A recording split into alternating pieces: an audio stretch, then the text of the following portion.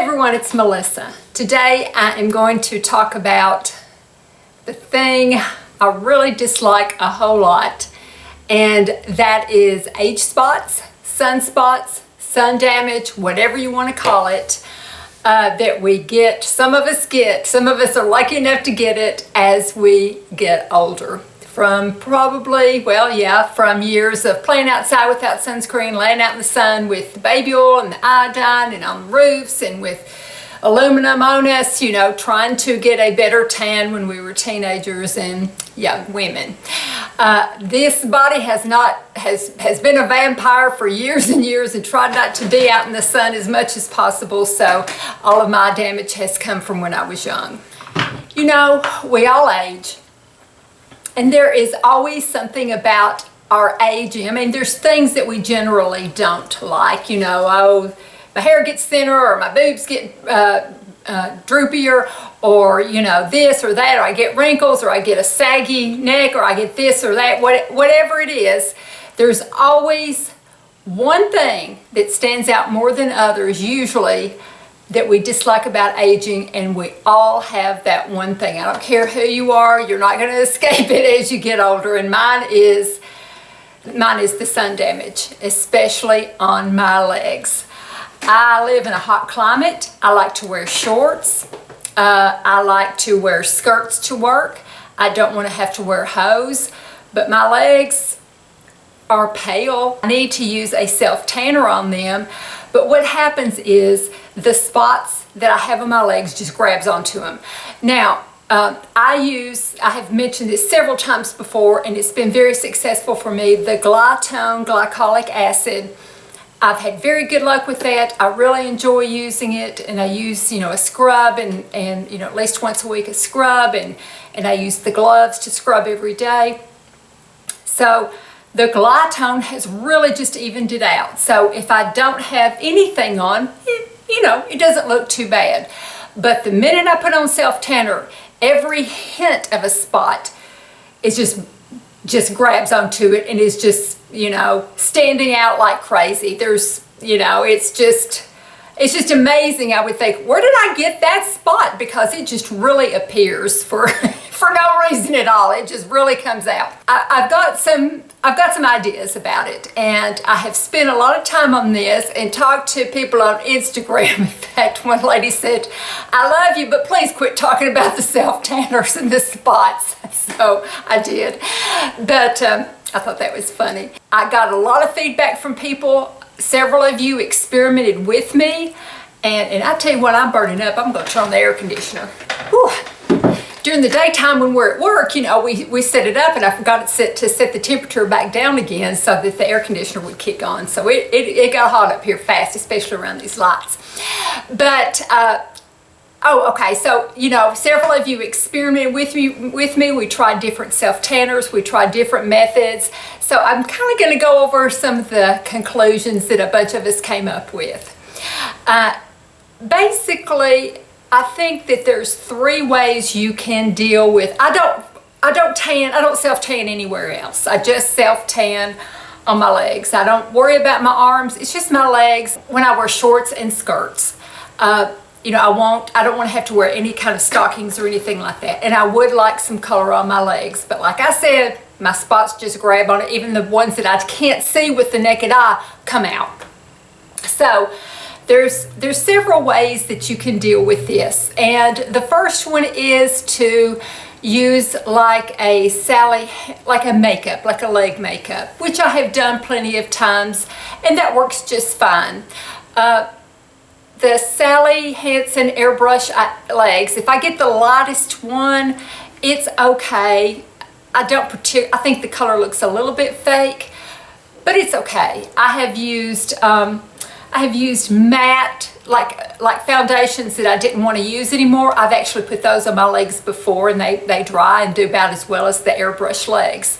So that's a way to use up my foundations. So use a cover-up. Cover-up is one way to deal with those spots, and it gets it nice and even, and you can go about your business.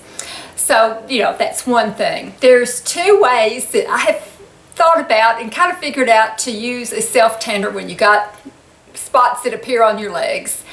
The first one is to get the spot off after you get and I'll go into both of these. To get the spots off after you put your self-tanner on. And the second way is to make a barrier and let it dry before you put on the self-tanner. And that's the one I experimented with the most.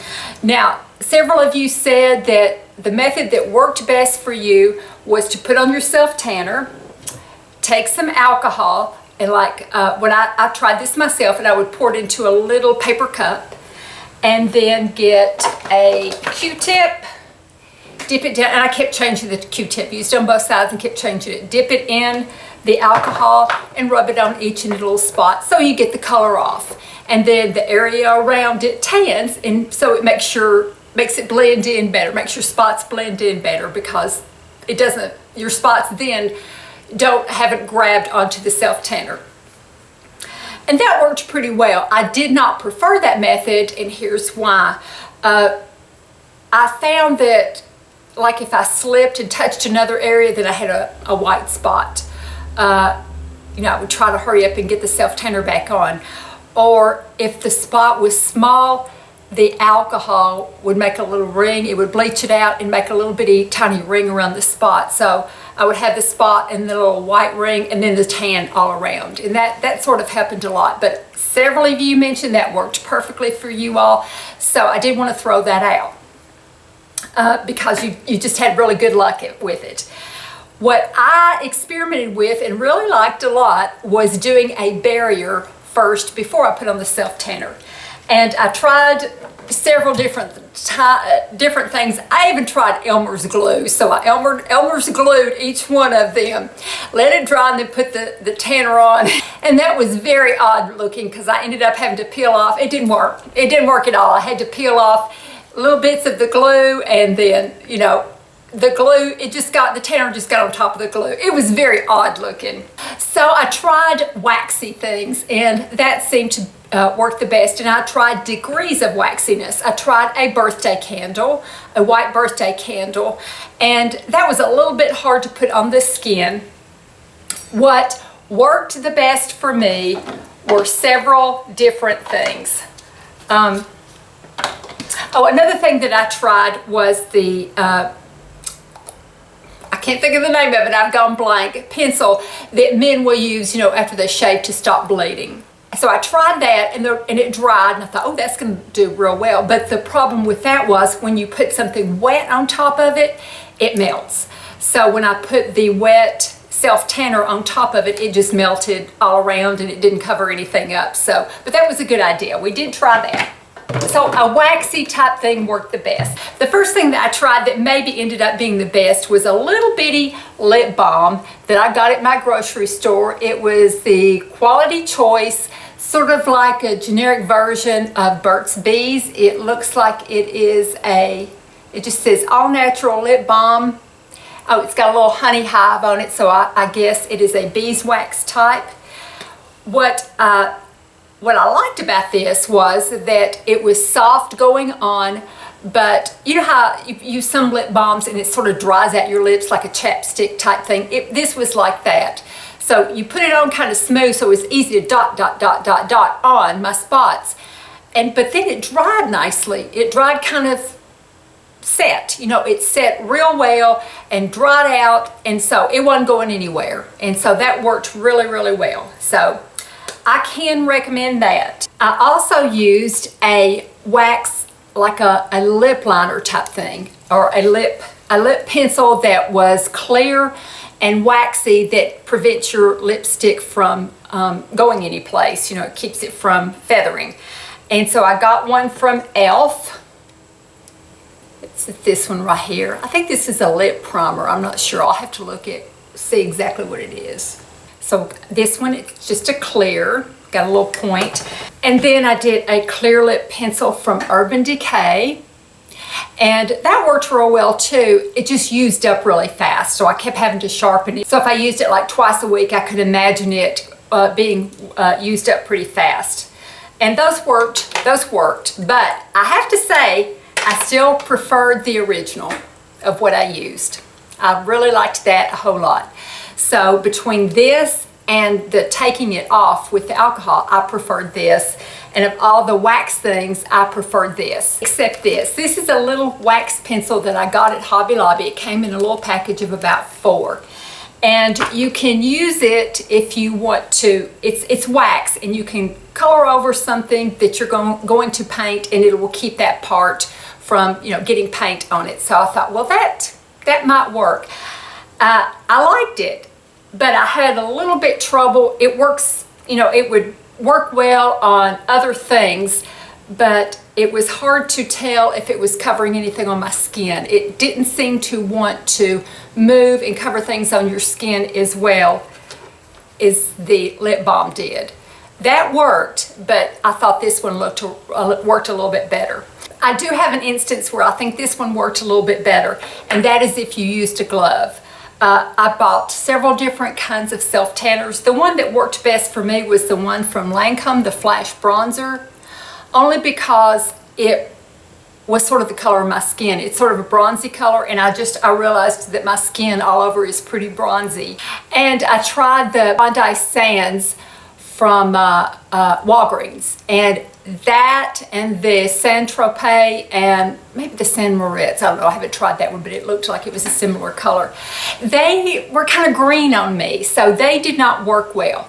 But if that works well for you and you do want to use a glove, I would suggest using this waxy pencil that you can get at Hobby Lobby or any craft store.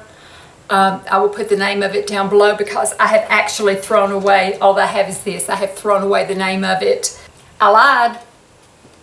Here it is. It's the Resist Sticks. They're called Resist Sticks. The Grumbacher Resist Sticks. So I got those at Hobby Lobby, and it says that they were $4.99 for about 4 of them. So if you're going to use the glove, this resists better, it stays put better if you're rubbing hard like with a glove.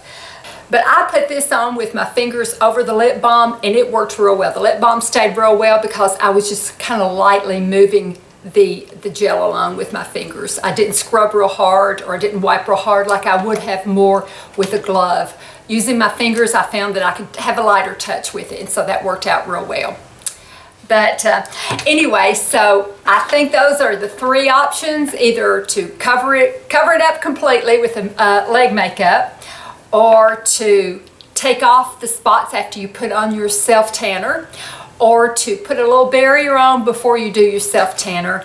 And you know, try each of those and see, especially the one where you take off or form a barrier. Try experimenting with different self-tanners and just kind of see what you come up with. But those are my experiments that I did, and like I said, my final verdict is for my skin is to use, because with this combination, I was not embarrassed to go out. I really wasn't. I felt pretty confident. I didn't feel like I needed to cover anything up. I felt really good about it. Was the Lancome Self-Tan Flash Bronzer over the lip balm from, it's like the hot, you know, it's like the Burt's Bees, the Lip Balm Quality Choice.